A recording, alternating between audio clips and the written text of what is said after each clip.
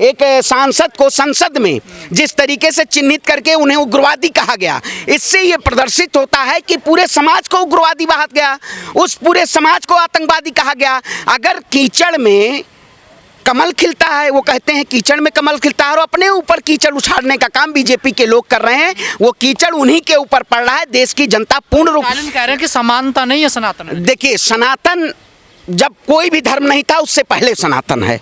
सनातन को हम मानते हैं, वसुदेव कुटुंबकम को। जो लोग कहते हैं कि हम सनातन की राह पे चलते हैं, वो वाकई में नहीं चलते हैं। आपने देखा होगा, अगर उन्हीं के शासनकाल में महाभारत में चीरहरण हुआ था, महाभारत में द्रौपदी का चीरहरण हुआ था। समानता नहीं है। नहीं, देखिए समानता, ऊंच नीच छुआछूत है सनातन। देखिए ऊंच नीच, देखिए जाति प्रथा ये जो है हम नहीं बनाए हैं। ये जो कुछ लोग कहते हैं इसको पूरी तरीके से सनातन नहीं मानता जाति प्रथा। देखिए, जाति प्रथा जो बनी उसमें 4 उसका वर्णन किया गया था, ठीक है। तो सनातन ही है ना ये भी। देखिए, सनातन वर्णन किया गया था, समानता की बात है। संविधान किस लिए बना? कि सबको समान अधिकार मिले। आज जो आपने देखा होगा रिजर्वेशन महिला आरक्षण बिल लागू 35% की जो लोकसभा में पारित हो गया, क्या वाकई में गांव की जो महिलाएं हैं वो क्या जॉब करने जाती हैं? आप यहां आरक्षण दे देंगे, लेकिन क्या वो जमीनी स्तर पर लागू होता है? भारतीय जनता पार्टी के ही शासनकाल में मैं सनातनी हूँ या हिंदू हूँ?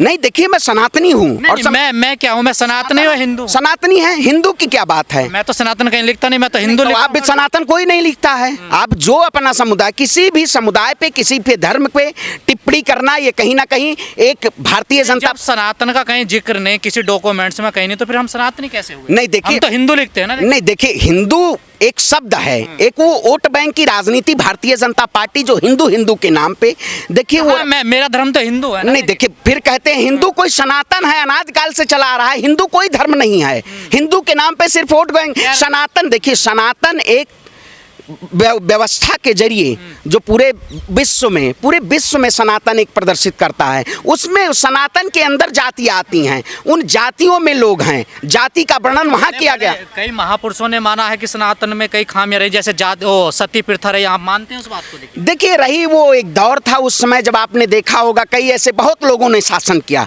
चाहे मुगलों की बात करें चाहे अंग्रेजों। सती प्रथा रही ना, देखिए रही सती प्रथा, लेकिन वो हर जगह नहीं रही कि पूरे देश खत्म हुई ना। देखिए ऐसी नए नए जब दौर आए, आप 21वीं सदी में हैं, वो दौर कब था और आज का दौर क्या है?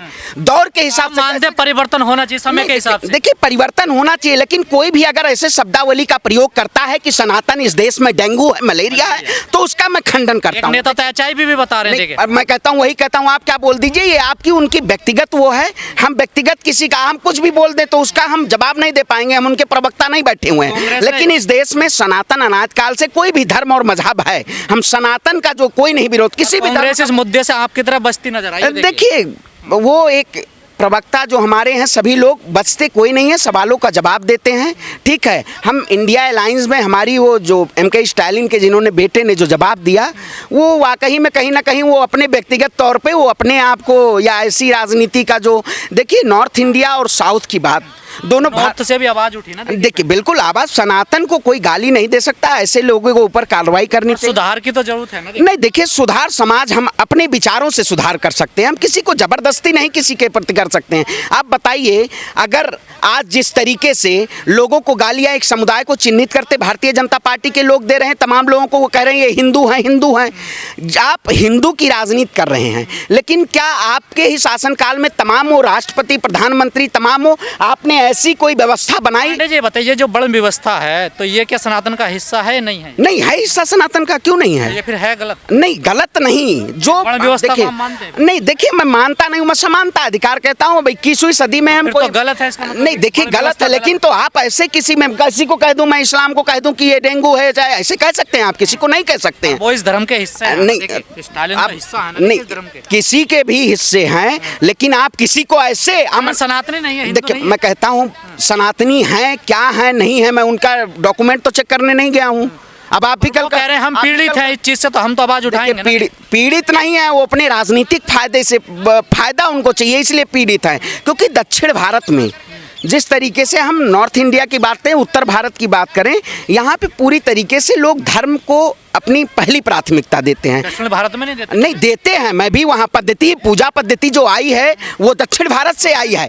मैंने वहाँ के तमाम उन मंदिरों को और मठों में जाके देखा है जो दक्षिण भारत की पद्धति है, उसी को पूरे देश के लोग वो करते हैं। लेकिन यहाँ पे कुछ ऐसा प्रावधान बनाया गया है कि जो लोग अपनी एक आत्मीयता के जरिए, हमें वो आत्मीयता आती है। अगर जैसे भारतीय जनता पार्टी ने उसे दिल की बात की कि आप हिंदू हैं, आप हिंदू हैं, आप ब्राह्मण हैं। बीजेपी ने आपको घेर लिया, देखिए कांग्रेस दबाव। नहीं देखिए, बीजेपी अब घेर नहीं पाएगी।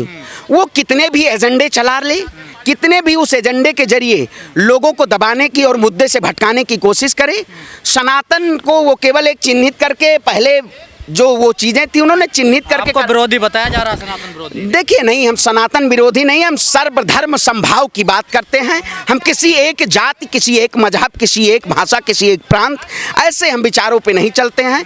हमारे लिए सभी सामान्य हैं और मैं समानता की बात इसीलिए करता हूं क्योंकि कांग्रेस पार्टी हमारी उन विचारों पे चलती है, लेकिन भारतीय जनता पार्टी समानता इस देश में देखना नहीं चाहती है। तभी सनातन, इस्लाम और बौद्धिज्म ऐसे ऐसे शब्दों के जरिए वो नए नए एजेंडे, आपने देखा होगा अभी कनाडा का क्या मुद्दा आया, आपने देखा होगा पीओके मिलने वाला है। तो ये भारतीय जनता पार्टी कौन से सनातन की हिमायत की करती है?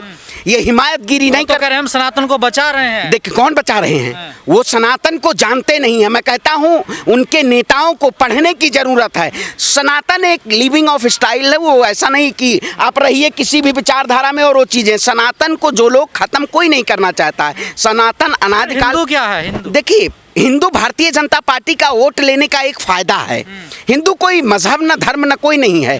ये आपने देखा होगा जब पहले हिंदू घाटी, सिंधु घाटी, ऐसे शब्दों से इन शब्दों का अवलोकन किया गया। लेकिन भारतीय जनता पार्टी के नेता ये पूरी तरीके से एक नए नए मुद्दों को लाके, और देश के तमाम वो मुद्दे हैं जिसको जमीनी स्तर पे खत्म कर। स्टालिन ने कहा, आप उनकी बात से सहमत हैं? देखिए नहीं, मैं नहीं सहमत हूँ। क्यों सहमत नहीं, देखिए मैं इसलिए नहीं सहमत हूँ, डेंगू मलेरिया आप ऐसे किसी भी उसको, मैं देखिए इस देश का आम नागरिक हूँ। सनातन, हम किसी भी धर्म को, मैं ब्राह्मण समाज से आता हूँ, सुनिए, मैं ब्राह्मण समाज के आता हूँ। ब्राह्मण किसी को गाली नहीं देता, कोई भी जो ब्राह्मण भी अगर वो है, अगर किसी समुदाय को गाली देता है तो मैं उसका समर्थन नहीं करता हूँ। वाकई में इस देश में किसी भी समुदाय को गाली देना, ये कहीं ना कहीं, हम कल को कहीं आपने देखा होगा जिस तरीके से एक भारतीय जनता पार्टी एक मीडिया में ऐसा स्वरूप और ऐसा प्रोपेगेंडा तैयार करना चाहती है।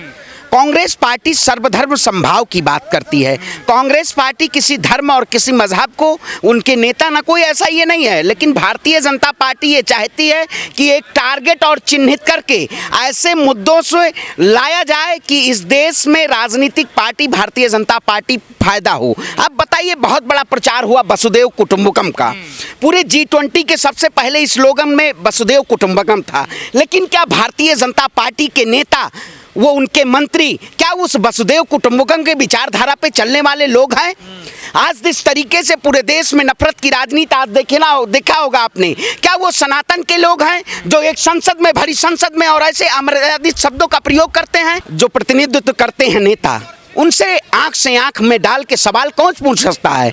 जनता तो नहीं पूछ सकती है। एक पत्रकार है जो लोकतंत्र का चौथा स्तंभ कहा जाता है, वही पूछ सकता है। अगर आप ही उनके चरण बंधन में विलीन हो जाएंगे तो ये कहीं ना कहीं इस देश के पत्रकारिता का खात्मा हो रहा है। इसलिए उनको ये याद दिलाया गया है कि आप एक स्वतंत्र पत्रकार हैं, निष्पक्ष पत्रकार हैं, इस देश के लोकतंत्र के पिलर हैं। अगर आप ऐसे भटकेंगे तो हम आपका बहिष्कार करेंगे, देश की जनता भी बहिष्कार करेगी। और ऐसे लोग अगर जो चरण बंधन करते हैं पत्रकारिता के तौर पे, ऐसे लोगों का विरोध करना चाहिए।